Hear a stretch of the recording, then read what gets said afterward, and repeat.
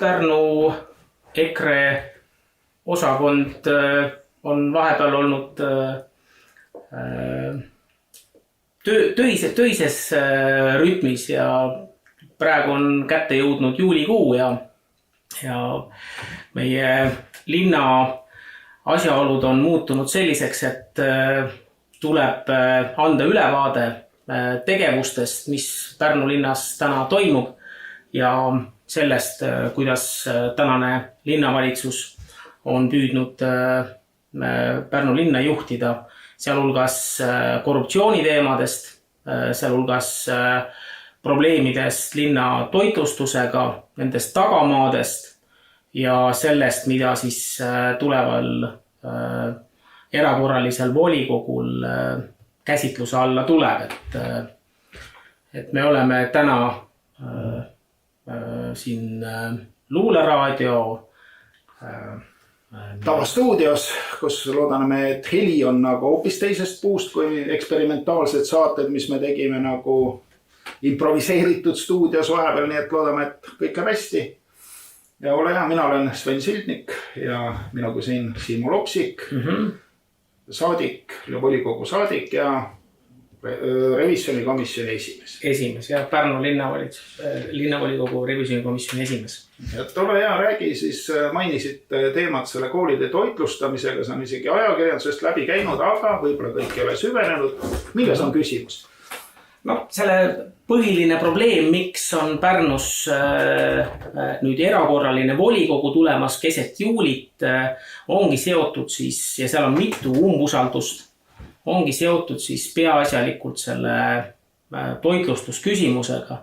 Et toitlustus, nii nagu linnas kombeks, tehakse hange, et hanked ei ole kõik avalikud ja antud juhul on leitud hankija siis väljaspool Pärnut, suur hankija, kes siis asendati kohalike kooli kokatädide või kooli köökide asemele.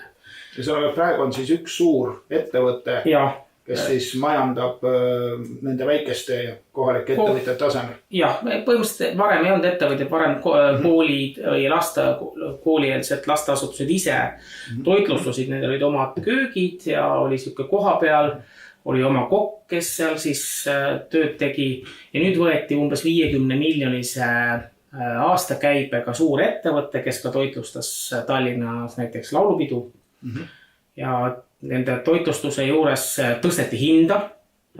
Probleemiks on see, et meil Pärnus on, mis seal salata, avalikkuses valetamine hästi levinud, eriti ka linnavalitsuse tasemel. Et kui see hankija sisse toodi ja sellest juttu oli volikogus, siis esialgu räägiti, et põhimõtteliselt, et võeti selle pärast hankija, et hinnad lähevad odavamaks. Siis tuli välja, et on hind sama ja nüüd on selge, et suurusjärgus koos lapsevanemate oma osa tõusuga 1. juunist alates on juurde makstav summa umbes 632 000 eurot. See on siis see tõus. Mis see nagu protsentides teeb või suhtarvudes, et kui palju talast oleks nüüd poole kallimaks, veerand kallimaks, kui palju? Ma võib hästi lihtsalt öelda lapsevanema hinnapõhiselt, et kui varem oli lapsevanema toitlustuse oma hind varasemate köökides oli 2 eurot 10 senti, 2,20, mõnes kohas oli ka alla 2, siis nüüd pandi kindel selline hinnaskaala 2,65 ja lisaks sellele maksab linn maksumaksja taskust veel peale 46 senti. Ehk kokku siis, mis ta siis kokku tuleb, selline 46 pluss 48 senti, ehk siis selle 20 tuli 2 eurot 10 senti, sellele tuli umbes euro või alla selle siis juurde panna. Et ta tuleb siuke suurusjärk kolmandik umbes.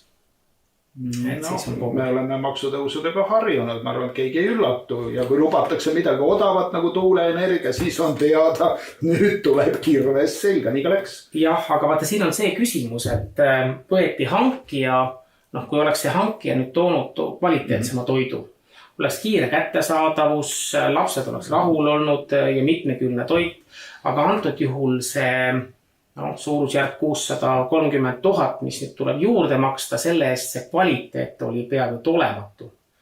et ma usun, et on ka meediast mida läbi siis käinud. kurdeti, mis selle toidul viga on?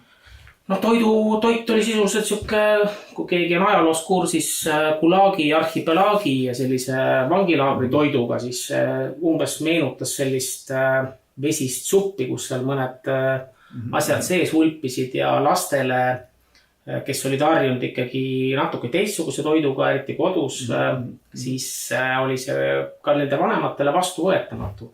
Et üks asi on väljanägemine ja teine asi on see, mis sinna sisse pandi, et noh, et näiteks, et pandi mingisugune külmutatud kalakonserv tervikuna seal supi sisse ja ta ei lagunenud ära.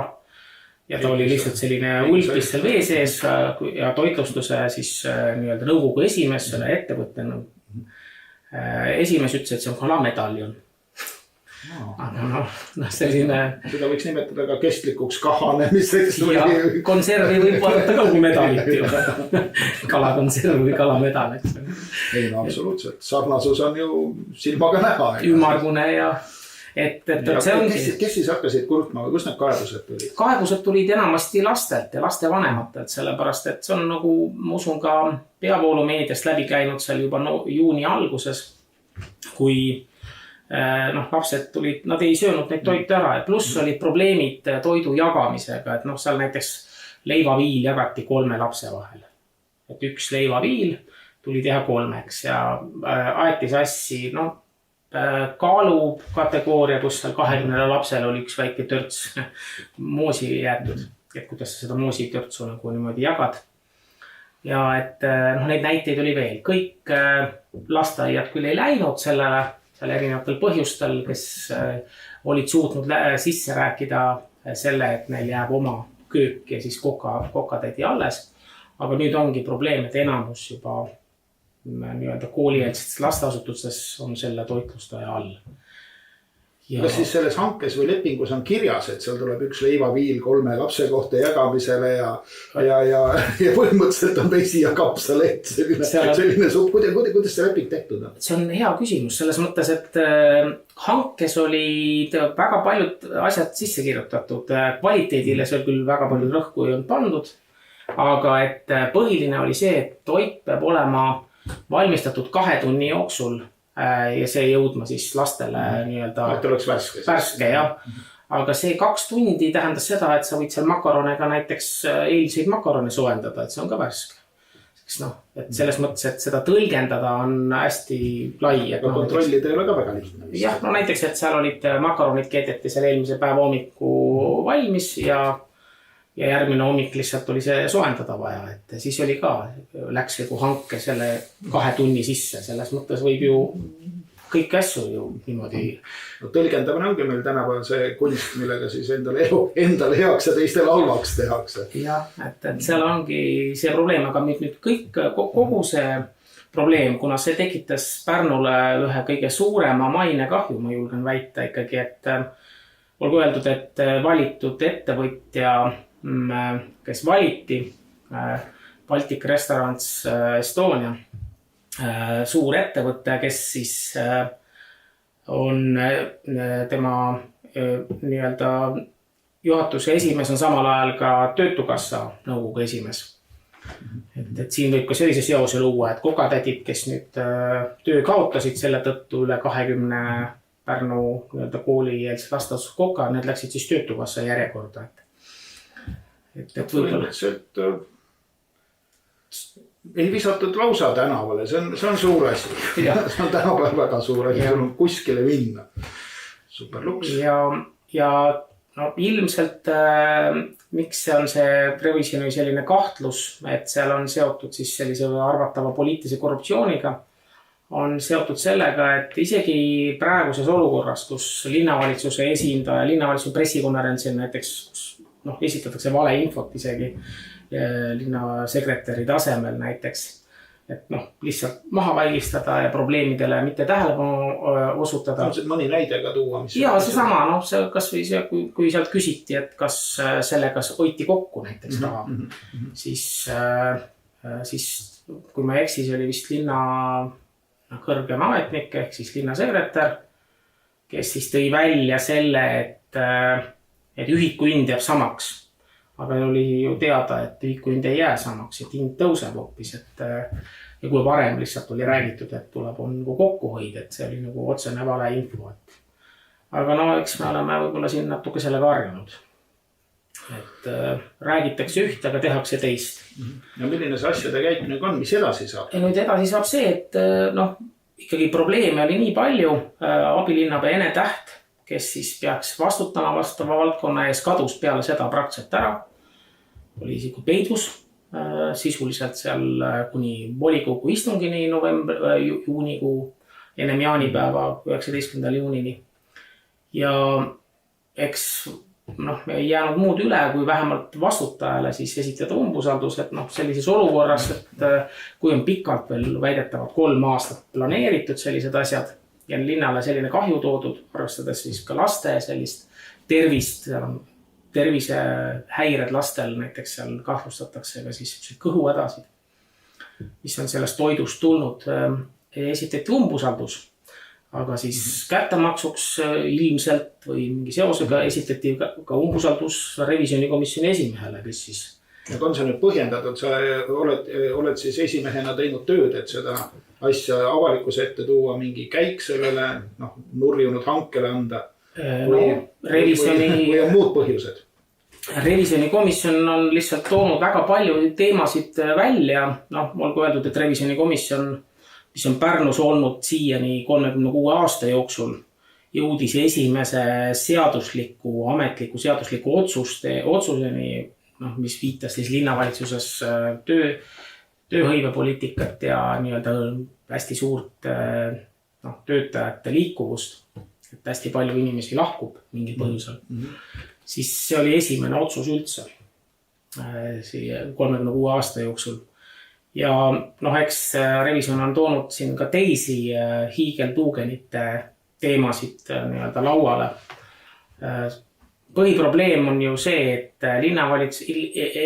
Pärnu linna inimesed on natuke meeleheitel. Kui tehakse hiigelprojekte nende kodude lähedale, siis nende arvamust lihtsalt ei küsita. Et kui on 1300 allkirja lähipiirkonnast hiigeltuugenite kelle kodu lähedal ehitatakse Seljametsas, 95% inimestest on selle vastu, siis sellegi poolest surub linnavalitsus selle läbi. Või siis seesama toitlustushange, kus 2439 lapsevanemad kirjutavad alla petitsioonile, et taastada vana olukord, siis linnavalitsus lihtsalt räägib musta valgeks, esitab vale infot ja kõik läheb edasi. Nad ei näe probleemi. Nad ei näe probleemi, nad enamgi veel, nad ütlevad, et ka uues hankes, mis on koolidele toitlustaja hange, on ilmselt seesama firma siis nagu võitja, võimalik võitja, et ametlik on ja probleemid on piisavalt suured, aga valitakse ikkagi seesama hanki, et sellised asjaolud viitavadki sellisele võimalikule poliitilisele korruptsioonile. Või siis ütleme täielikule ebakompetentsusele. Jah, võib ka siin seostada mingit sellist ebakompetentsust ja mingil määral ka sellist küünilisust, ehk siis kui on võib-olla kuskil erakonna tagatubades, võime siin eeldada Reformierakonda näiteks, siis kui see on see kokku lepitud, siis see hankija peab lihtsalt võitma, tulgu mis tuleb, et sellised probleemid kahjuks on. Ja see on ju ka probleem, mis puudutab väga paljusid inimesi. Praktiliselt kõiki lapsi, peaaegu kõik, ütleme. Pärnu linnas enamusi, sellepärast, et kõikides lasteaedades ta veel ei ole. Aga eeldada on, et kui on suur hankija, siis linnavalitsuse huvi on, et võimalikult suur hulk siis koolieelseid lasteasutusi läheb selle suure hankega nii-öelda kaasa. Aga ja tagajärjeks on linnavalitsuse vastus on siis selline, et nii nagu tehti Tallinnas korruptsiooni erikomisjoni juhile, et kui ma ei eksi, siis Anastasia Kovalenko-Kõlvart, kes siis sai Eestis tuntuks selle poolest, et ta korruptsiooni erikomisjoni juhina tõi esile ja lauale ja avalikkuse ette päris palju selliseid olulisi teemasid. Kõige olulisemast on see e-valimiste nii-öelda kontrolli puudumise teema ja tegelikult ilmne seos ikkagi võltsitud valimistele. Siis temale siis soovitakse seda välja vahetada seoses sellega, et ta võtab päevakorda teemasid, mis justkui ei kuulu tema rolli ja sama süüdistus on siis esitatud ka minule kui revisjonikomisjoni esimehele, et ma uurin asju nagu näiteks toitlustushange või siis Pärnu linna on üldse sellised hanked ja ka nii-öelda siis hiigeltuugenipargi nii-öelda planeering, et need justkui ei kuulu revisjoni päevakorda või revisjoni ülesannete hulka. Kelle ülesanded nad võiksid siis olla? See on hea küsimus. Politsei, prokuratuur, kapo. No kindlasti on ka prokuratuuri ja jõuorganitel oma roll, aga nemad lähtuvad rohkem seadustest, et kui siin alles mõned päevad tagasi või paar nädalat tagasi võeti kinni Pärnu linnavalitsuse alluvuses oleva Pärnu linna halduse juht, kes siis oli omastanud suurel hulgal linnavara ja seda esialgu küll uuritakse veel, siis seal on selge. Ta on rikkumine, uuritakse ja siis ilmselt tuleb mingisugune prokuratuuri otsus, siis aga näiteks inimeste arvamus otseselt seda ju seadus ei käsitle, et me võime nagu inimestest lihtsalt üle sõita. Mina olen kuulnud sellisest ühiskonnakorralduse vormist nagu demokraatia, mis pidavat olema kohati levinud ka Euroopa Liidus. Et seal lähtutakse enamuse arvamusest. Vanasti oligi. Võib-olla tõesti. Jah, et see selline konservatiivne, täna on demokraatia rohkem konservatiivne lähenemine, et kunagi oli, et ikkagi inimestel olid kodanikuõigused ja vabadused ja nii nagu meie põhiseaduses, mis veel ikkagi vähemalt ametlikult veel kehtib ju välja toodud on. Aga eks see näitab sellest tänase linnavalitsuse tegevust, kus siis inimesi praktiliselt ei arvestata või ei kuulata. Ja eks see on nüüd probleem, et see ongi just see, mis tuleb välja tuua. Ilma oma inimestele tähelepanu pööramata tegelikult me liigume sellisesse autoritaarse süsteemi suunas, nii nagu meil oli siin kuskil 50 aastat tagasi Nõukogude okupatsiooni viljatavastes tingimustes siis. Nõukogude okupatsiooni ajal alati ei olnud niimoodi, et valitsev võim ja suurfirmad teevad koostööd. Et see on natuke üks teine ühiskonnakorralduse vorm, mida vanasti tunti fašismi nime all. Või jah, see on sükke... Aga totalitarism seegi loomulikult, jah. Või selline sündikaatide nii-öelda selline juhtimine, ta on mingisugune selline, aga igal juhul inimeste huvides ta kindlasti ei toimi, et selles mõttes on ta selline, see on see, millele EKRE püüab vastu seista, nii Pärnus kui ka Eestis tervikuna, aga eks sellistes olukordades me siin peame elama.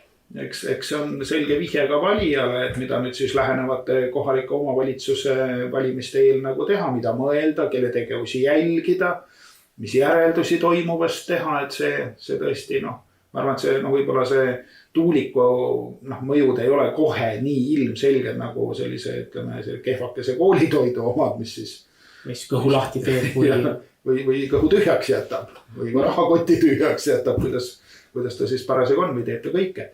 Jah, et see ongi, ta on selles mõttes selline hale naljakas veidi, ta on hale naljakas iroonilises mõttes, selles mõttes, et see tuugeni teema sisuliselt, kui seda tehakse ilma inimesi kaasamata, kuna need uuringud, millega on juba avalikkuski päris paljud ju tutvunud, see tuuliku madal sagedusheli teeb inimesele seda, et sa ei soovi enam seal elada. See vähendab inimeste tervislikke nii-öelda siis selliseid eluaastaid ja sa soovid sealt lahkuda. Aga kui me nüüd ajaloost toome jälle näiteid, kus see olukord oli, kus inimesed sunniti oma kodudest lahkuma, ilma nende käest küsimata. Seda mainiti küüditamise nime all ajalooõpikutes. Ajalooõpikutes oli kasutatud sõna küüditamine, jah. Ja nüüd ongi see küsimus, et siis tehti seda küll jõuga, aga nüüd on see justkui selline nagu majanduslikes huvides, et põhjendatakse ju seda hiigeltuugenite tegemist justki kellegi materiaalsetes huvides, et see toob siis elektri hinna väidetavalt alla. Nii nagu maksud pidavat rohkem raha kätte jätma. Nii nad räägivad. Nii nad räägivad, jah. et igaüks ise teab, kui palju tal nüüd rohkem raha kätte on jäänud ja kui seda tõesti rohkem on, siis jätku rahale ja head kulutamist. Priishakken. Just. Et ongi selles mõttes selline, kuidas öelda, ajalugu kordub farsina, et seda teeme nüüd tegelikult täna päris palju oma Eesti inimesed teevad seda. Ehk siis kui inimeste kinnisvara hind langeb ja nad peavad kodudest lahkuma. Ja teine alenaljakas näide on nüüd selle toitlustusega, sisuliselt selline vangilaagri toit ja meie lastele just. Ehk siis nad on kõige kaitsetuma osa lastest. Need on need vanuses seal 3. eluaastast kuni 7. ja 8. eluaastani. Ehk siis koolieelse lasteasutus. Võib-olla ei suuda veel täpselt kirjeldadagi probleemi. väga hea on seal majandada just kapsaleeliotisega või mis ta siis iganes on. Jah, see Gulagis oli, et seal paar kapsast ja siis oli vesi. Midagi ikka oli peale vee, päris kirve suppe ei ole. Jah, et kahjuks on selline, eks see näitabki seda, kui võim eemaldub inimestest, mida nüüd EKRE on ju kogu aeg rääkinud, seda otsedemokraatiat, võimalikult suurt hulk inimeste arvamust küsida, et mida rohkem see võim sellest eemaldub, siis seda rohkem ka tulevad need probleemid välja. Ja rääkimata siis muudest korruptsioonijuhtumitest, mis on ka sisuliselt tavapärased.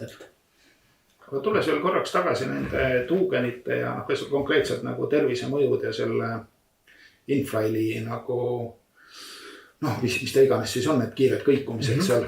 Et seda praegu on pandud üles ju need aparaadid, niisugused baromeetrid, mis siis mõõdavad 50 korda rõhku sekundis. Ja siis kuvavad ka seda nagu infot nagu ekraanil, et ma ei saa seda praegu, ma ei ole lepingule alla kirjutanud, ma ei saa neid andmeid nagu avalikkusele esitada hetkel, aga ma saan nii palju öelda, et neid materjale kogutakse, mõõdetakse ja oma silmaga olen näinud, et need, ütleme, kuidas see professor Härra siis kirjeldas olukorda, et ta kogub neid andmeid, need andmed on ikkagi kaunis masendavad, et Eestis on mingisugused piirmäärad, kui palju seal mingi heli võib, eks ole, midagi nagu mingit survet seal avaldada, mida iganes, kuidas seda seal, mis paskalites seda parasjagu mõõdetakse, et ikkagi üldiselt on see nagu kosmiliselt üle nende normide, see, mis tegelikult toimub. Ja professor Härra siis selgitas niimoodi, et ta tahtis nagu panna oma andmeid kokku, nende tuulikufirma andmetega, et olge head, et vaadake, mina olen siin kogunud neid andmeid, need on sellised, et kas saaks teilt nüüd need andmed, et millal tuulikud töötasid ja kui palju nad töötasid, et paneks need andmed kokku. Ja peale öeldi, et vabandage väga, et meie ekspert ütleb, et teie andmed on 100 kuni 1000 korda valed, siis andmed ei saa lihtsalt olla.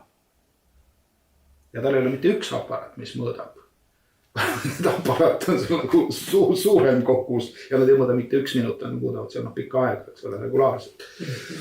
Et selles mõttes sealt on ikkagi oodata nagu sellist tõsist teadust ja see pilt on ikkagi väga hoole. Ma ei oska öelda, kuidas see nüüd tervisele täpselt mõjub, aga nende normidega võrreldes on see ikkagi, see on, nad on ikka püsti hädas, kui nende meelest see on 100 kuni 1000 korda vale, see tähendab 100 kuni 1000 korda üle, mingisuguse, ma eeldan üle selle lubatud normi. Lubatud või tervislikkuses. Ja nüüd on kehtestatud mingisugune piirmäär, eks ole, see on olemas Eesti riigis ja see pilt on väga halb. Nii et selles mõttes see jutt, et seal nüüd midagi ei ole ja midagi ta ei tee ja normi järgi ta kindlasti. Eks seal, ma ei tea, kuidas siis, mis moodi seda saab nüüd ümber lükata, et ma tahangi näha, et see olukord on väga huvitav. Eks me saame näha, esialgu küll Pärnus siis ainult see Seljametsa on ainukesena vastu võetud, mis jääb Pärnu linna piiresse, aga planeeritakse neid siis sinna Tõstamaa ja Audru osavalda. Saartes töötab, see on kõik Pärnu poole. Jah, ütleme, et see, mis Pärnu omavalitsus puudutab, aga et eks on ka jälle valimiste teema nüüd, ütleme, et kui nüüd EKRE suudab teha hea tulemuse, siis ilmselgelt need projektid lõpevad. Ja inimesed oma kodudest lahkuma ei pea. Eelistab seda odavat elektrit, nagu neile on kiidetud seda, oletan peaministri umbusaldamist. kus ta rääkis ainult sellest odavast tuuleelektrist, ükskõik millest see jutt algas või see lõppes ikka odava tuuleelektri. No olgu muidugi. Algaj pealt saab näha, algaj pealt igaüks näeb, kas ta on odav või ei ole. No olgu ikkagi ära märgitud, et Euroopas on ikkagi nii, et seal, kus on tuule ja päikeseenergia, seal on probleemid elektrivõrkudega, olgu see siis Hispaanias või Portugalis või on siis hästi suur kõrge elektrihind, mis siis eeldab selle, et see juhuelekter vajab siis hästi suuri elektrivõrke ja nii edasi. Ja kompenseerimiseks veel töötavat elektrivõrkude jaama. Aga nüüd, et... Eks me saame ise ka siin selle saare teenust kohe maksta ja siis me saame seda sageduse hoidmise teenust maksta ja siis me saame veel võrguteenusele 38% juurde maksta ja see kõik on ju, see kõik ongi odav elekter siis, nagu ma aru saan. Aga jah. See on kaunis õudne. Et noh, tegelikult need probleemid sellised siis ongi, et kui antud juhul, kui on nüüd nii kiire umbusaldada revisjoni selle eest, et ta võtab sellised teemad nii-öelda siis arutluse alla. Ja kusjuures on ka see, et revisjoni komisjoni poole on pöördunud inimesed, kuna nad ei saa linnavalitsusest nii-öelda andmeid kätte, siis linnavalitsuse esindaja kirjutab, et revisjoni komisjoni istungid ei tohiks üldse toimuda. Selline seisukoht. Selline huvitav seisukoht. Millega seda põhjendatakse, kas on kuskil omavalitsuse korralduse seaduses kirjas või kuskil mujal? Ta viidatud oli Pärnu linna põhimäärusele, kus oli siis välja toodud see asjaolu, et justkui Pärnu linna põhimäärus, mis puudutab revisjoni komisjoni, sealt oli välja toodud väike fragment, nii nagu tavaliselt on, võetakse sealt üks seaduse jupp ja viidatud oli, kuidas Pärnu linnas ametlikult kontrolliülesannet teostatakse. Justkui siis viidates sellele, et ainult tohib revisjoni komisjon tulla kokku ainult kindla kontrolliülesandede raames. Aga ta paraku unustas linnavalitsuse esindaja, unustas selle ära, et Pärnu linna praegu kehtiva käimas olema kontrolliülesande raames, mis puudutab Pärnu linna spordikeskuse hankeid, mis on ka omaette teema. Aga sinna sisse oli kirjutatud ka Pärnu linna maine kaitsmine.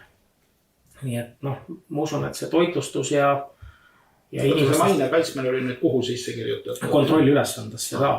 Igal juhul see puudutab nii tuugeni teemat kui ka seda puudutab ka kindlasti Pärnu linna mainet. Et mis saab veelgi olla, kui üle Eesti teatakse, et Pärnu linnas lapsed söövad sellist vesist suppi ja nii edasi. Et seal olid sellised asjaolud, aga et põhiline muidugi, mis puudutab nüüd inimeste neid ettepanekuid, on seotud mitte ainult isegi ka nende linnavalitsuse võib-olla mitte vastamistega, kuna jätakse seal kirjadele vastamata või kirjutatakse, et ei ole neil üldse õigust infot välja anda. Pärnu paistab ka Eesti mastaabis silma sellega, et siit ei saa infot kätte, et on üleüldine salastamine. Et Pärnu linna, või siis kui Reformierakond võimu haaras, siis 2021 Pärnu linnas, siis koheselt pandi ametisse linna andmekaitsespetsialist, nüüd on turbeteenistuse juht Valdis Potšuks, kes on staažikas Reformierakonna liige aastast 1998 juba. Ja peale seda sisuliselt salastatakse enamus dokumente. Töö on siis hästi tehtud, andmed on nii turvatud, et mitte keegi mitte kunagi neid enam ei näe või erijuhtumid, eriloaga. Ma toon lihtsa näite, et revisjoni komisjoni protokollid on niisuguse tähelepanu all, et neid millegi pärast ei avaldata. Et kuigi kohaliku omavalitsuse korralduse seadus ütleb, et protokollid on avalikud, siis mitte kõik protokollid, ütleme nii, jah, et see ongi see probleem, mis on siis tulnud nende muutuste tuultega.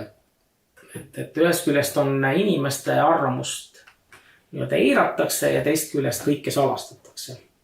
Järelikult on mingi põhjus salastamisel. Kui oleks kõik ilus, tore lugeda, kõigile väga meeldiks see materjal seal ju siis ei oleks põhjust salastada. No ametlik põhjus on eraisikute kaitse. Et on inimeste eraeluliste andmete kaitse, millele viidatas enamus asju salastatakse. Aga ma toon lihtsa näite. Aga on siis seal mõnes, ma küsin vahele reformi või selle, mis ta on selle revisjoni komisjoni mõnes protokollis, on siis mingisuguseid delikaatseid isikuandmeid või üldse mingid isikuandmeid? No ma toon niisuguse hea näite, et see oli ära salastatud kiri, mis oli kirjutatud revisjoni komisjoni esimehe e-maili pealt. Ja põhimõtteliselt salastamise põhjuseks oli siis see, et nende vaates see revisjoni komisjoni esimehe e-mail oli eraisiku e-mail. Kuna nemad olid veendunud, et üks teine e-mail on siis revisjoni komisjoni esimehe ametlik e-mail, millele esimehel küll ei ole küll juurdepääsu. Ja tagajärjeks on see, et kõik need kirjad, mis tulid siis revisjoni komisjoni esimehe poolt, siis see oli selline aluseks, et seda salastada, et see on selline väga huvitav lähenemine. Huvitav lähenemine, et tõestada võib praeguses süsteemis selles mõttes päris huvitavaid asju. Et paraku see nii on. Ja eks selliste asjadega revisjon on siis nagu tegelenud. Aga tagajärjeks on siis, ei tea, kas seda siis saab positiivseks lugeda umbusaldada. See ikkagi näitab, et komisjon on teinud head tööd. Seda tööd tuleb nüüd hakata takistama kõigi võimalike vahenditega, seda ka tehakse. Et ma arvan, et see on kompliment. Mina seda teistmoodi ei oska tõskendada. Seal ongi see, et revisjon tavaliselt on selline tava, et see antakse alati opositsiooni kätte. Ja opositsiooni puhul on alati tõsiasi, et kui ollakse mingi pretensioon esitatakse, siis probleemi, et koalitsioon hääli kätte saab, seda ei ole, sellepärast, et tavapäraselt koalitsiooni saadikuid on alati rohkem kui opositsiooni oma. Opositsioon võib möllata, mida ta tahab, aga tulemus on ümmargune null. Peaaegu alati. Mitte päris, aga peaaegu alati. Jah, aga eks kindlasti probleemidele saab tähelepanu pöörata siis hiljem ka tügi volikogu saalis. Aga eks sellised näited. Ja ütleme, et praegu need ei ole mingisugused otsitud probleemid ega mingisugused pisiasjad või formaalsed nagu tegemata jätmised või asjad on tõsised siiski. Nad on tõsised sellepärast, et see puudutab nüüd juba otseselt meie inimeste tervist. Põhimõtteliselt minnakse juba elu kallale. Kaudselt küll, sellepärast, et kui sa pead oma kodust ikkagi lahkuma ja ei tehta üldse mingisuguseid järeldusi ja võetakse väga nagu valulikult isegi probleemidele osutamist või siis see sama toitlustus, et on ilmsed seosed, et toitlustaja ei rõhu kvaliteedile ja ta on läbi kukkunud. Aga sellegi poolest jätkatakse temaga. Sellepärast, et just kui on leping tehtud 3 aastaks, 3,5 aastat on planeeritud pikalt ja nüüd nii ongi, et on lepingus ka mingid tingimused ja kui neid tingimusi ei täideta, siis on selle lepinguga kuni ja naa ikkagi. Jah, linnavalitsuse esindajad küll pressikonverentsil ütlesid, et nad nüüd hakkavad, nad on pettunud. Linnapea ütles, et ta on nagu pettunud, jah. Et ma ei oska öelda, kas ta siis oli solvunud või. Võib-olla pettunud selles, et nüüd keegi nii hea toidu peale sellist kahtlusi äratab ja. Jah, täpselt ei täpsustanud, aga tagajärjeks on muidugi see, et sõnades võivad palju asju välja tuua, aga märgid näitavad, et planeeritakse ikkagi edasi minna. Et kui planeeritakse ka koolide hanget sama ettevõtjaga. See pettumus siiski ei ole piisav, et seda hanget lõpetada ja sama ettevõttega jätkata. Et see oli siis ainult selline ilmselt lühiajaline emotsionaalne üleelamine. Et võib-olla seal pressikonverentsil välja tulla. Ja eks need asjaolud just näitavadki seda, mis võib pikas perspektiivis juhtuda. See tähendab seda, et kui praegu me oleme jõudnud siis toitlustusfopaane ja nende tuugeni teemale ja selle salastamisele tervikuna, siis need sellised halvad asjad kipuvad süvenema. Tähendab seda, et kui ei toimu muutust, kui näiteks valimistel midagi muutust ei tule, siis need asjaolud halvenevad edasi. Ja me ei tea, mis edasi saab siis. Ega linn ju ostab muidki teenuseid peale laste toidu. Võib-olla nende teenustega juhtub ka, et see kvaliteet läheb nagu alla igasuguse arvestuse. Või on siis elanike või inimeste lihtsalt maksumaksja kannatab lihtsalt. Nii nagu on spordikeskuse juht, kelle siis praegune Reformierakonna abilinnapea Riina Talviste paika pani, kes teeb sellised, kõik hanked on salastatud, leiab enda tuttava või kellegi MTÜ-st ühe pakkuja, kuidas öelda, et siis on MTÜ, kes müüb kes tegeleb nii-öelda rohkem treeningutega, aga talle esitatakse pakkumine, kuigi ta ise jaemüügiga ei tegele, teistele pakkumisi esitada ja see pakkumine, mis mille läbi tema valitakse, see on turuhinnast kuskil 40% kallim. Ehk siis oleneb siis jah, kui suur see on, et siis võib seal ju päris priske olla see. No 5000 eurot on see nii-öelda siis pole paha. Boonusraha niimoodi, ühe tehingu eest 5000 saada. 3-4 tehingut päevas ja saab hakkama. Jah, aga milleks me siis neid makse maksame, et tekib küsimusi, et mis siis Ega küllale liiga ei tee. See on ainult üks näide, see neid hankeid on seal palju, ütleme. Aga kuidas see hangete salastamine käib? Kuidas seda põhjendatakse? Hästi lihtne on see, et nad lihtsalt ei avasta, nad ei panegi hanget välja. Et seal on selline hästi lihtne linnuke. Linnuke siis tähendab seda, et kui sa nii-öelda selles avalikus dokumendi haldussüsteemis seda välja paned, siis sa lihtsalt paned sellise, et ta on nagu sisemiseks kasutamiseks, ehk siis ta avalikkusele. Kuidas see läheb nende seadustega kokku või nii? Ta ei lähe seadusega kokku, pehmelt öeldes. Siis on ju päris halvasti kohe. Jah, no näed, aga see ongi see, millele revisjoni kohta tähelepanu juhtima, aga siiani on saadud tähelepanu juhtimise tagajärjeks hoopis umbusaldus. Et võib juhtuda ka niipidi. Jah, vaatame, kuidas see siis läheb, see umbusaldamine. Kas on veel mõni selline erutav teema, millele peatuda? Peaks muidugi võib-olla keskenduma ka sellele, mis üldse edasi hakkab saama, sellepärast, et tänane seis Eestis maksutõusudega seoses on minu arust juba enne kuulmata. Selles mõttes enne kuulmata, et me oleme maksukoormusega lähenemas praktiliselt 80% kogu meie sissetulekust läheb ju juba maksudeks. 80% see on siis 4/5. 4/5, jah. See on täpselt 78 või 79%. Suuresjärgu, et selles mõttes ma üritan, et kui inimesel on 5 tööpäeva nädalas, siis 80% sellest on 4 päeva. Et endale töötad sa siis 1 päeva ja 4 päeva töötad sa siis Ukraina raudteelaste tuulemöldrite ja bürokraatide ja sõjatööstuskompleksi. Ja muidugi, seda ei tohi unustada, sest see on väga nemad on palju aega näinud. Ja no, eks võib-olla seda osati ju, kui sa tähelepanelik, kas meediat on jälginud, Reformierakond tuli ju 20 aastat tagasi välja reklaamiga maksuvaba reede. Et see reede ongi täpselt, aga ta tegi seda nagu pöördvõrdeliselt, et see reede ongi maksuvaba, see on see raha, mis maksudest sul kätte jääb. Jah, täpselt nii, et see oli täiesti nagu prohvetlik reklaam, et inimesed nagu ikka prohvetid ei suuda nagu mõista kohe. No seal oli, kujutati sellist mõisnikku, kes tuli ja võttis talupojalt kõik ära. Sead ja asjad ja lõpuks ta oli kõik ära võetud, tahti püksid ka ära võtta, aga siis püksid suuremeelselt jäeti talle alles. Nii et positiivse tooniga võiksin võtta siis, et tegelikult see oli nagu aus ja küüniline reklaam, mis tegelikult väga seda mentaliteeti täiesti üksüheselt kirjeldab, et see ei olegi isegi karikatuur tänapäeval, see on top-film, kui nii vaadata. Aga paraku on nagu vähemalt plaanid maksutõusudega see, mis on ette nähtud. Maksutõusud hakkavad minema kõrgemale, kui nad seda ka varem ajaloos on olnud. Olgu öeldud, et Eesti, kes on natuke ajalooraamatid uurinud, et Eestis on ka varem olnud ikkagi pärisorjuse aeg.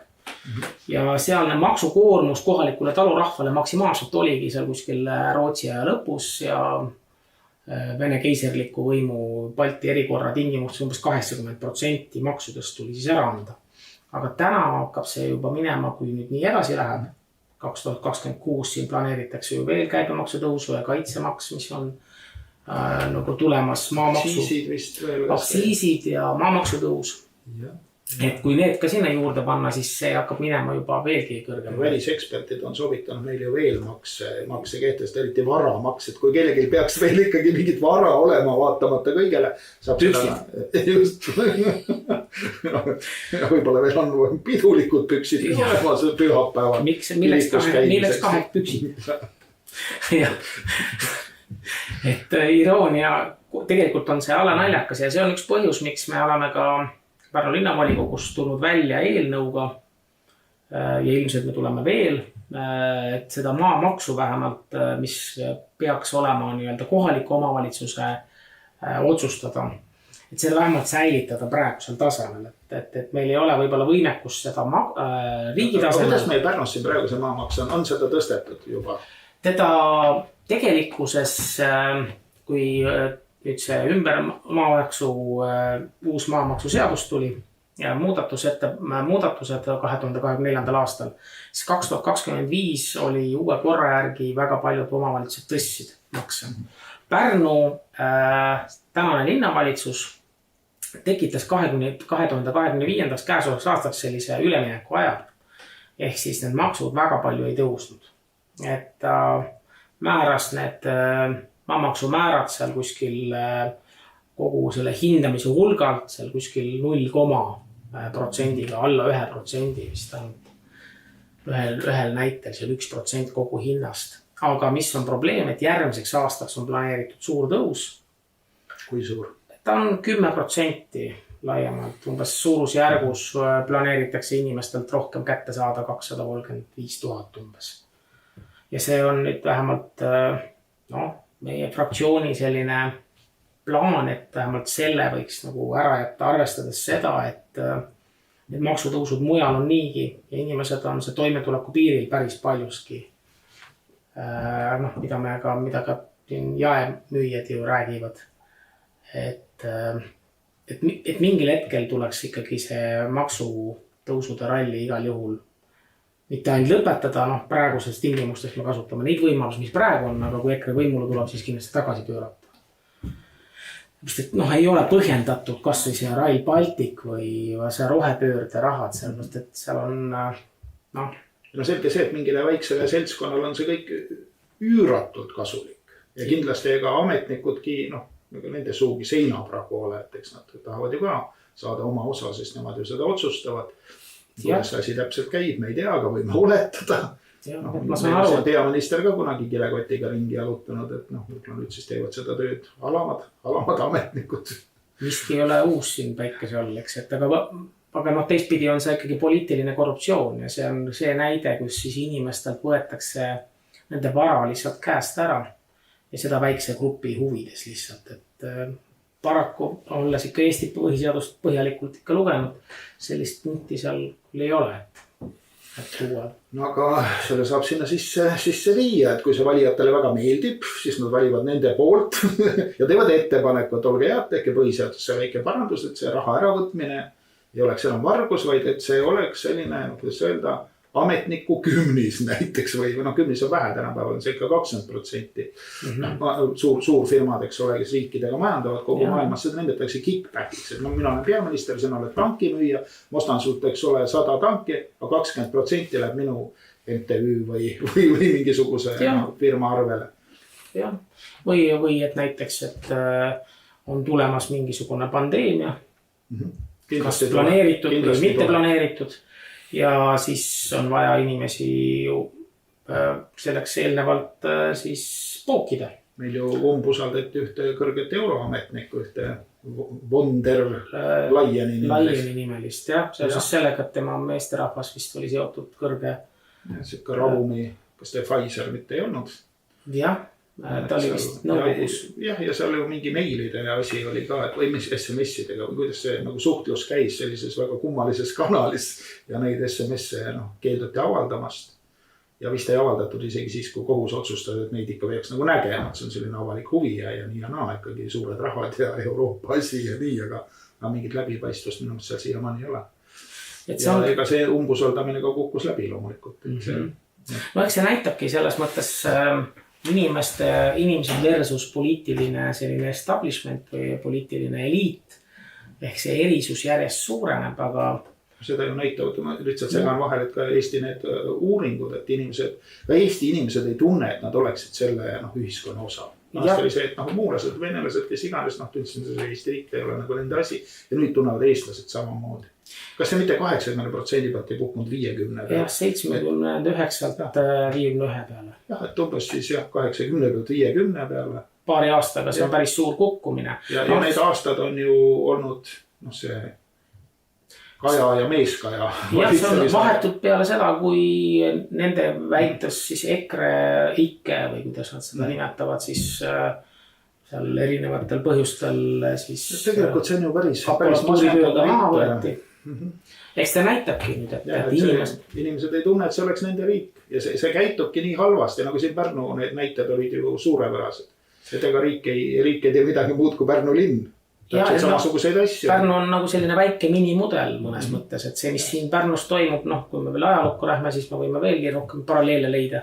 Ja eks mõnes mõttes see näide, et kohtuotsust lihtsalt ei täideta, mis puudutas ka siis von der Leyeni näidet, on ju ka Pärnus. Pärnus on meil planeeringu osakonnas järelevalveametnik, kes ei tunnista kohtuotsuseid. Ta peab ennast nagu nendest kohtuniku arvamustest nagu kõrgemaks. Et see on ka mõnes mõttes selline. Kui ta saab niimoodi teha, siis ta teeb. Jah, järelikult on see võimalik. Aga kõige kurvam on see, et inimene, linnakodanik kannatab tänu sellele. Sa oled käinud kõik kohtuinstantsid läbi ja ametnik ütleb, et kohus eksib.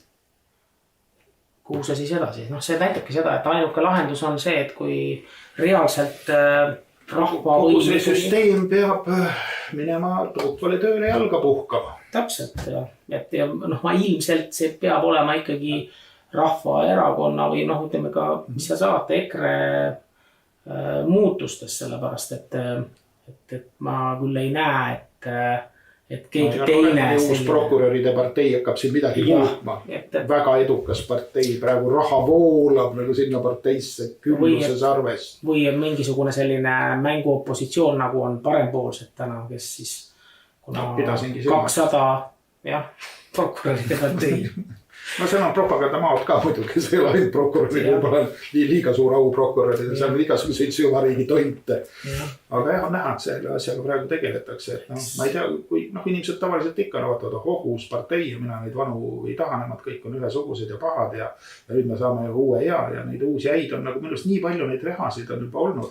Algas kõik rohelistega. Kõigepealt tulid rohelised, siis tuli Vabaerakond. Ega Respublikagi ei olnud midagi väga erilist. Jah, ta oli ka selle projektipartei. Et seda süsteem on osanud sellist rahvaolematust suunata endale kasulikku kanalisse ja jätkab seda tööd, sest siiamaani on see töötanud. Kas on mingit alust arvata, et see ei tööta, et inimesed on võimelised õppima ja aru saama, mis toimub või ole, eks me näeme seda kohe. Ja alati, mis töötab, on Kremli kaart. Jaa. Prigozhin, kes nüüd Prigožini asemel võiks olla? Prigozhin on lahkunud tavaliselt jah, kui ma eksin, see vist Prigozhini tavaliselt tuntud Pärnu ajakirjanik Martin Laine kindlasti ilmselt oktoobris üllatab meid jälle. Aga ma ei oska öelda, kes Prigozhin on Medvedjev. Keegi peab olema. Putin ka natuke ära tüütanud juba, et võiks olla mõni uus hirmus nägu. Et Kremli kaart töötab alati, et kellega ta siis, eks seda saame näha siis, kellega ta jälle paari pannakse. Ma mõtlen Medvedjev siis. Et üldiselt on ju näha, et ega süvarik ei mõtle uusi asju välja, et nad võtavad need asjad, mis üldiselt töötavad, paljude inimeste peal nad töötavadki. Ja polegi rohkem tarvis. Sellest tõesti piisab see, et võib-olla enamus inimesi peabki seda totruseks. See ei tähenda, et kolmandik ei läheks kaasa, ei usuks sinisilmselt kõike, mida Aktuaalne Kaamera räägib või Delfi kirjutab. Lootus on, et kõik inimesed päris sellised ei ole selles mõttes, et kuidas mitte just pehmelt öelda rumala inimese tunnus on see, kes teeb ühte asja mitu korda, lootes iga kord, tulemust, et kui sa astud sinna reha peale 3-4 korda ja siis ikkagi otsustad ühe korra veel astuda. Aga seda reha värvitakse kogu aeg nagu erinevat värvi. 200 asja. Roheline oli kõigepealt selle vikerkaare värvi. Erinevat värvi reha. Et see oli hoopis teine asi. Parem reha, parempoolne reha. Et see on kummaline jah, et lihtsalt nagu täienduse korras mulle meeldib tuua seda nagu meenutada ühte makroskoobi artiklit, mis siis analüüsis teemat, et see kõik, mis lehtedes kirjutatakse, oli nii loll. Et kuidas, miks seda üldse tehakse, kes seda usub? Et tuleb välja, et seda ikkagi usub umbes 1/3 inimesi. Et see, kõik kindlasti ei usu. Et 1/3 usub. Nemad arvavad täpselt nii aktuaalne, aga ma rääkis, see on minu maailmavaade ja täpselt nii käibki. 1/3 läheb selle pärast kaasa, et nii on mugav. Sul ei ole mingit probleeme töölepinguga, keegi, eks ole, ei sõimasid putinistiks ega mingiks vandenõud ja oli mugav olla, et okei, ma ei usu seda jama. Las ta olla, ma ei pea võib-olla moka otsast seal ikka ka nii ja vähemalt ütle midagi vastu. Lasen vaikselt asjal minna ja see 1/3, kes siis ei usu ja ka midagi ütleb või midagi teeb, sellest lihtsalt ei piisa. Ja nii see mehhanism töötab, mulle tundus see väga nagu adekvaatne kirjeldus. Jah, ei see võib olla, kuidas ka makroskoobist on seal välja tulnud see kriitilise mõtleva ühiskonna osa, ta jääb ikkagi sinna 20% juurde. Ütleme, et osa need, kes on kriitilised, on ka rumalad. et selles mõttes, näiteks kirjanike liidu näide, et see on alati nagu rahulolematud ja osa need, kes on kõigega rahulolematud. Mitte sellepärast, et nad midagi analüüsiksid või millest aru saaksid, lihtsalt ongi teatud tüüpi kipspead, kes on absoluutselt ükskõik on hea asi või halb, ega neile kunagi ei meeldi mitte midagi. Kõik on kogu aeg halvasti. Jah, et selles mõttes ükskõik mis, nemad ei ole kunagi rahul. Ja selline osa on ka selle nagu protestijate hulgas, et seal osa on need, kes saavad aru, et nii ja nii, kes lihtsalt kõik on halb. Et see ka veel lisaks, et see tõstab seda 20%, ma tahtsin nagu lausa välja jõuda. Jah, see kindlasti on, aga ma olen ikkagi veendunud, et tänane see poliitiline eliit on läinud järjest ahnemaks. Vaata see, mis eemaldab inimesest tema loomulikkust ehk siis sellistest ebaloomulikud asjad või halvad asjad, need süvenevad kõik. Et kui sa teed midagi, mis ei ole seadusega kooskõlas ja vaatad, et midagi ei juhtu, siis sa tahaksid veel teha. Ja siis sa teed veelgi rohkem. Just, ja midagi ei saagi juhtuda. Aga need summad suurenevad ja seal tuleb odavamaks. See on lisaks. Et ühel hetkel lihtsalt inimesed, kes nähes, et nad jäävad vaeseks, seal ta muutub nii ilmseks, see ebaõiglus. Ja siis vaesus teeb ka targaks. Mina olen ka alati lootnud seda, et inimesel nagu seda analüüsivõimet näib, et nagu väga ei ole. Ettenägemisvõimet ei ole ja sellised, aga tunda tagumikuga valu, see võime on siiski olemas. Ja kui juba tagumik põleb sellest maksutules või mis siis parasjagu on või sõjatules või mis siis kaela tõmmatakse selle õudse seltskonna poolt. Või tont teab, mis süstimised või mida nad siin korraldavad jälle, et võib-olla see häda ja viletsus siiski, see ikka kodukanti pannakse need mereviihalid püsti ja ikkagi tervis hakkab vaikselt nagu niimoodi torudest alla minema, et võib-olla see ikkagi, ja eriti sa näed, et tõesti 1000 allkirja kogutakse, peaaegu kõik kirjutavad sinna alla, mitte midagi.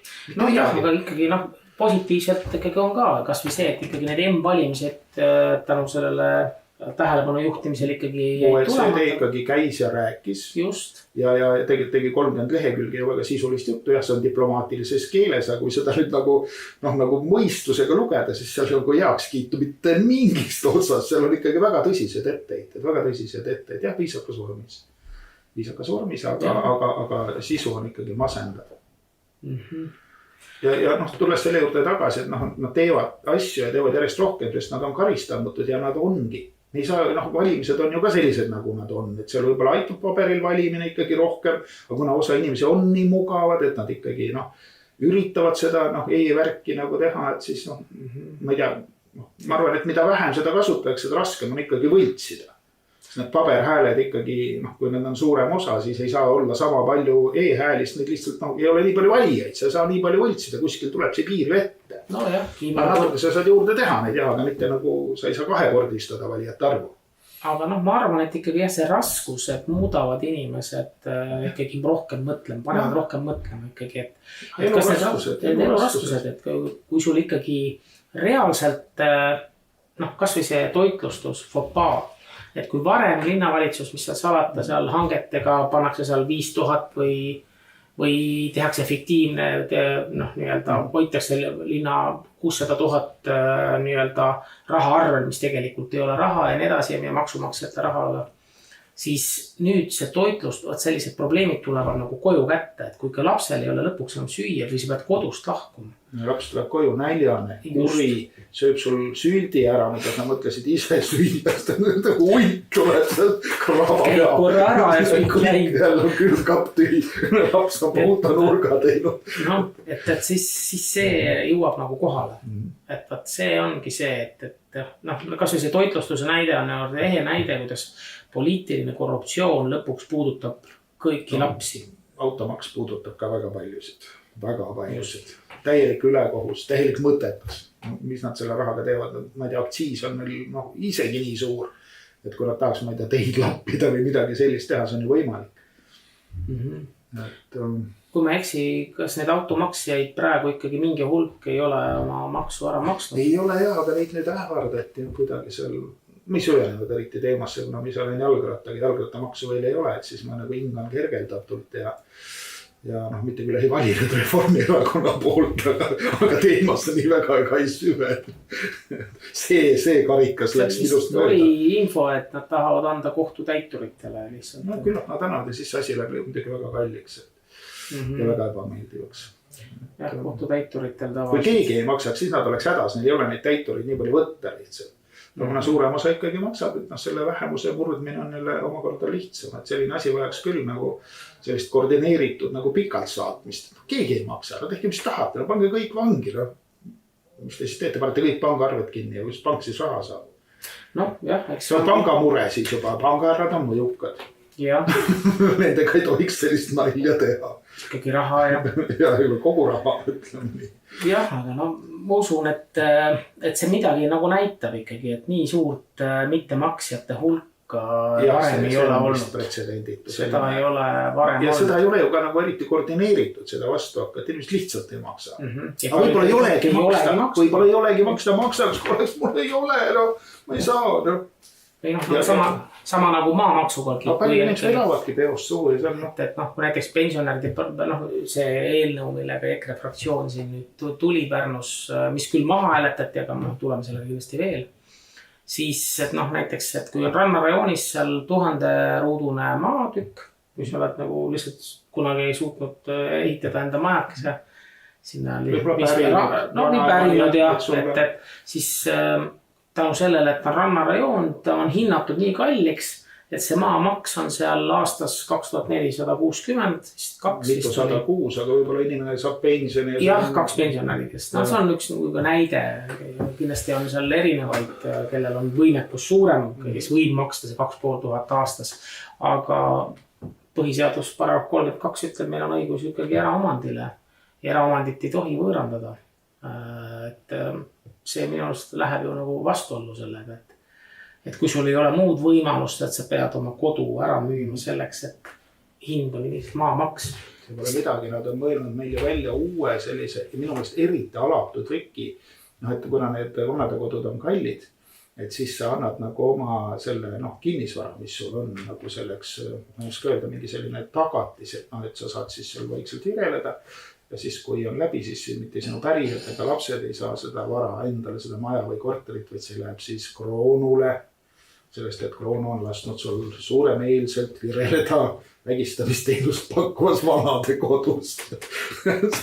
Ja sellist mõtet on nad, see on täiesti audunud nagu avalikult. Mis tundub eriti julm, et see viimane, mis veel on, see võetakse siis nagu sellise väga halva, tõesti halva mainega teenuse nagu Eesti. Ebainimlik täiesti. Aga et see kommunismi poole me liigume teel ja kuidas see Klaus Schwab ütles, et sul ei ole midagi ja sa oled Pihlakodus õnnelik. Ja sul lastel ei ole midagi, eks küll nemadki ole õnnelikud. Sul ei ole midagi, sa oled Pihlakodus õnnelik. Kuidas need lapsed saavad Pihlakodusse, neil ei ole enam seda vara, mida ära on. Peavad siis liisima selle vara, eluaeg maksa 30 aastat seda, mis ta siis oli, see pangalaenu 25+5 nagu Siberis sunnitöö, see on sama 30 aastat. See nüüd on see tehtud kuidagi veel alenäljakalt, et sa võid sattuda olukorda siin samas kodumaal nii-öelda. Sa oledki samas olukorras, sa töötad 30 aastat, aga ise otsid raielangi, ise ostad pufaika selga, ise vaatad, et sa hommikul õige ajal tööle läheks. Keegi ei pea sind nagu kantseldama, sest see 30 aastat tuleb nagu ära orjata. Aga jah. et ma ikkagi usun, et inimeste arvamused muutuvad, sellepärast et mingisugused märgid on, et kas või see, et siin ma kordan, et ikkagi kui asjalood ikkagi lähevad tervikuna juba nii halvaks, siis mingisugune muutus peab tulema ja eks see on nüüd ka inimeste ja valijate valik, et ilmselt soovitan kindlasti 24. juulil vaadata linnavolikogu istungit. Eks seal tuleb välja, mis on siis need umbusaldajate argumendid ja mida siis praegune Reformierakonna võim siis edasi plaanib. Sellepärast, et valimised on ju kohe-kohe ja need on 19. oktoobril. Ehk sinna on vähem kui pool aastat. Et terve mõistus ikkagi võidaks. Kui ta ei võida, siis ei ole ka mingit lootust, siis läheb asi halvemaks ja veel halvemaks. Ja halvemaks läheb ta niikuinii, sest kõik need maksud, mis on kehtestatud ja veel kehtestatakse, need ei ole ju oma mõju veel avaldanud. Et see vaesumine ja firmade pankrotti minek ja kogu selle mõju jõudmine rahvusvahelisse statistikasse peaks olema kohal järgmisel jaanipäeval. Siis on kõik mõjud avaldanud oma täismõju ja siis on ka kõik paberi peal näha nende graafikute ja tulpadega, mis siis tegelikult on toimunud. Niigi on meil kõik näitajad väga halvad, majandusnäitajad. Kui näiteks kui kohalikus omavalitsuses ikkagi suur hulk omavalitsuses võidab ikkagi rahvaesindus või ütleme EKRE, siis ma usun, et see mõjutab ka valitsust ja nende otsuseid, et see mingil määral kindlasti annab kaasa lootust, et toimub valitsuse vahetus ja maksutõusud keeratakse vastupidiseks. Ega muud võimalust neid makse kaelast ära saada ei ole, et ma ei ole küll kuulnud, et keegi teine neid lubab tagasi pöörata peale EKRE. Ja nüüd on EKRE selle partei ametlik nimi ka, et nüüd leiab ikka üles valimislehe pealt, sellest muidu läks kaduma, et EKRE-t ei ole, ei saa valida, et nüüd saab. Tehniline probleem on põhjendatult lahendatud. Ja tavaliselt ei ole ka enam probleemi sellega, et kui varasti alati Reformierakonna sellised klaköörid või kes siis alati seal kokkusaamistel rahvaga ikka küsisid, kust te selle raha võtate, siis ongi korruptsiooni lõpetamine, sellepärast, et kõik need tuugenid ja Rail Balticad on ju tegelikult hiigel korruptsiooniprojektid, väikse huvi. Pommidehas ka siin. Pommidehas, jah, see on keemiatööstus, millest ei jõudnudki väga palju rääkida. Selle protsess, ma sain aru, et see on väga mürgine protsess, kuna seal hapetega möllatakse. Jah, see lõhkeaine on PRX, on 1,5 korda võimsam kui TNT, kui inimesed on sellega kursis. Tunnistan, et ma kirjutasin sellest tehnoloogiast ühe loo kunagi, mis seletab, mis põhiliselt sealt ikkagi jäävad ka minu seal on aerosoolid ja seal on põhjavesi, mis võib kannatada saada. Ameerikas nad seal kuskil see tuumapommide katsetamise kant, neil oli seal üks suur lõhkeaine tehas ja mis nad 30 aastat pärast puhastasid seda. Just, ja seal on veel ka see, et seda enamasti USA's kasutatakse kinnises. Ehk seda tehakse, neid lõhkeainet toodetakse kuidas öelda, mitte avamaastikul, avapõletamine ei toimu. See 50-ndatel, 60-ndatel on möllasid ikka seal kuskil kanjonites ja see siiamaani klaarivad. Jaa, kõrgetes. Meil planeeritakse seda lähimast talust on kilomeeter. Mida nad mõtlevad? Ma lihtsalt ei saa aru. Mere ääres ka veel, 7 kilomeetrit. Et see on see on ikkagi pinnast kooriti ära ja veeti kuskile, ma ei tea, mis kõrbetest seda laiali leiti. On lihtsa näite, et see põhjavee ja aerosoolide tõttu on ka Pärnu keskuslinn selles piirkonnas ja mõjuväljas. Nii et see ei puuduta enam seda piirkonna inimesi. Kui see nüüd käiku läheb, see puudutab nüüd kogu. Nad ütlesid selle lõhkeaine nime välja, kui see ära kinnitati mingisugune see, ma ei tea, mis asi selle. PRX. Aga põhimõtteliselt. Igaüks võib ise guugeldada või tehisintellektilt küsida, mis asi see on, mis probleemid sellega on, kuidas seda tehakse. Paraku tehti nii, et ministeeriumi tasemel pandi sisse katset, tehti TNT. Ja selles asi ongi, et isegi juba ministeeriumi tasemel tegelikult teha rikutakse uuringuid. Nad ei tahtnud näidata, mida nad seal tegelikult tegema hakkavad. see on selline firma ära registreeriti, siis oli see mürgine asi seal kirjas. See tuli ikkagi aruteludes välja ja selles mõttes, et need kohtumistel rahvaga näiteks ja tavaline näiteks kui tehti mürauuringut, siis näiteks kui tehti plahvatus, siis mürauuringut tehti 24 tunni lõikes. Ütled ette, et sa teed ühe plahvatuse ja jagad selle 24 tunni peale. Ühe sekundi siis. Jah, niimoodi sa tagasi jagad, siis ei ole kuulda midagi. Polegi väga hull, eks. Ja on niisugused lihtsad näited. Samas nad teevad ka selle tuugeni rekendusi, teevad nad umbes sama selle ära ja siis nagu polegi midagi. Et see vale on nii lühikese aja sees seal need tohutud hüpped üles alla. Seda küll, et eks revisjoni ja EKRE huvi ongi välja tuua need olusid ja lootused, et inimesed mõistavad, et me hävitame lihtsalt oma kodu praegu, kui me nii edasi läheme ja sellepärast ongi vaja valida EKRE. Meil ikka suur ja seal on võid seda pinnast kuskile kõrbesse viia, kus Eestis viid selle mürgi. Tallinnasse sinna, ma ei tea kuhu siis. Toompeale. Ministeerium ette väikse mäe hiilava mäe. Vaat hea küsimus. Ma tean, et Sillamäel on need matmis, eks ta mõnes mõttes selline üleliiduline nii-öelda siis milleks sellist asja on üldse vaja teha, kui on teada, kui mürgine ja kui jube see tehnoloogia. Ja kusjuures ta kohalikele elanikele sisult midagi kaasa ei anna, kõik toorene tuuaks sisse ja toodang viiakse välja. Ilmselt need spetsialistid ka ei ole mitte kohalikud seal. Palju meil need pommimeistreid siis on? Tingimustes on see, et sul peab olema aastane kogemus lõhkeainete tootmises. Kui palju Eestis on lõhkeainete tootjatele? Meil üks pommimees pandi vangid ja ma ei tea, aga kas ta ise tootis, ma ei tea. Ma ei just mõelda, et ta on lahkunud meie hulgast. Üks on väga vähe. Kellel on aastane staaž pommid ja lõhkeainete tööstuses. Ma olen 5 aastat kinni istunud ka selle eest, et siis võiks. Nii, et sellise positiivse tooniga saate lõpetada, eks loodame, et kohtume jälle järgmise korrani. Vaadake kindlasti 24. juulil umbusaldusavaldust ja erakorralist linnavolikogu istungit. Kohtumiseni.